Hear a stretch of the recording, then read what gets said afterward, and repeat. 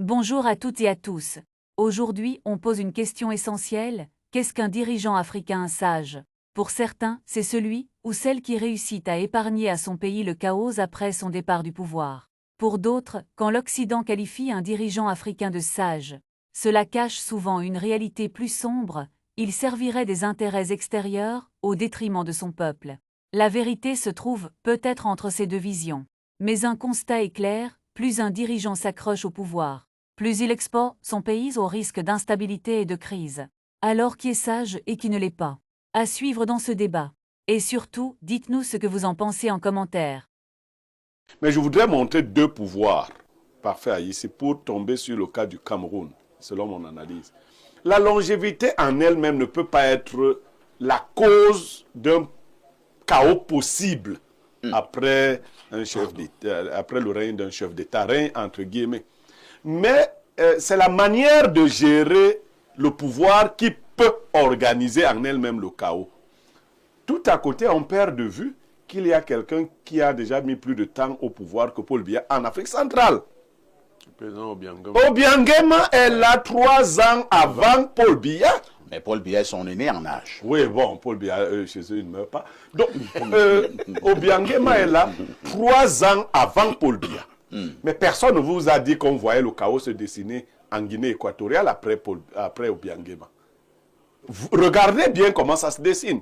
D'un côté, on a quelqu'un qu'on peut appeler un vieux sage, par vos sagesses de Yaoundé et du Cameroun.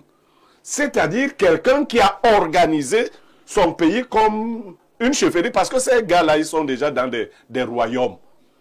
40 ans de présidence, c'est un royaume. Ça dépasse même beaucoup de royaumes. Mais même un royaume, on l'organise. Il y a des règles qui assurent la pérennité d'un royaume. D'un côté, vous avez des leçons à apprendre d'un type comme Obiangema. Tout le monde sait aujourd'hui que si Obiangema n'est pas là, c'est Théodoro, son fils, qui va prendre. Mais c'est pas aussi simple, monsieur. Je n'ai pas dit que c'était simple. Rien n'est simple. Mais au moins, quelque chose est organisé. Est bien malin celui qui pourrait nous dire ce que Paul Biya a organisé. Ou bien il n'est pas encore suffisamment âgé pour commencer à organiser. Les Onanguini vont nous dire. Est bien malin. Il n'est pas le communicateur de la présidence. Non, c'est un savant. C'est un savant. Donc moi je cherche les savants capables de décrypter. Et c'est pour cela que Robert Bourgi fait un parallèle avec un autre vieux qu'on appelait vieux sage mais qui ne l'était pas. Parce que la sagesse Vous voulez parler de qui? de Fouad. Fouad n'était pas un sage? Non, du tout. Parfait. Vous aurez les Ivoiriens à non, c'est lui qui est responsable de ce que la Côte d'Ivoire est devenue. Parfait, ici, on mesurera la sagesse de votre vieux père à l'organisation de sa succession. Il y a des erreurs s'il les fait. Lui-même organise la guerre après lui. Donc il ne sera pas... Un sage ne laisse pas ses enfants en débandade.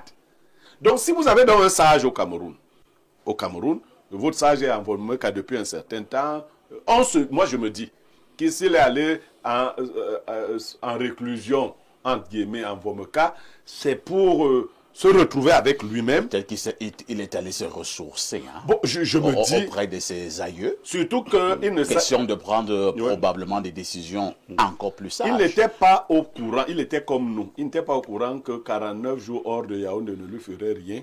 Donc désormais, il peut vivre hors de Yaoundé éternellement.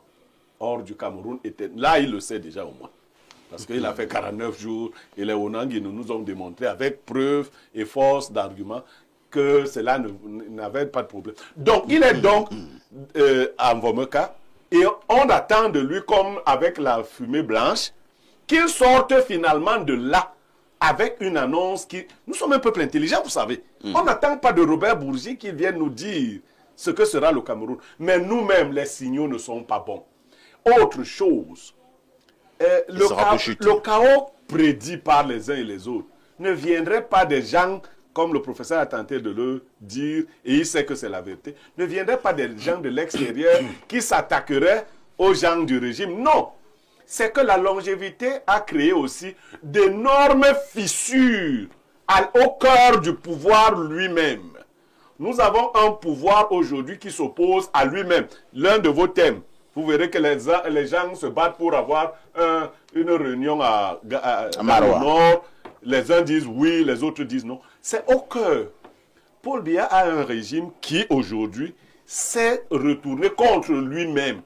Les ennemis du régime ne viennent pas de l'extérieur. Ils sont ils ont même commencé la guerre déjà.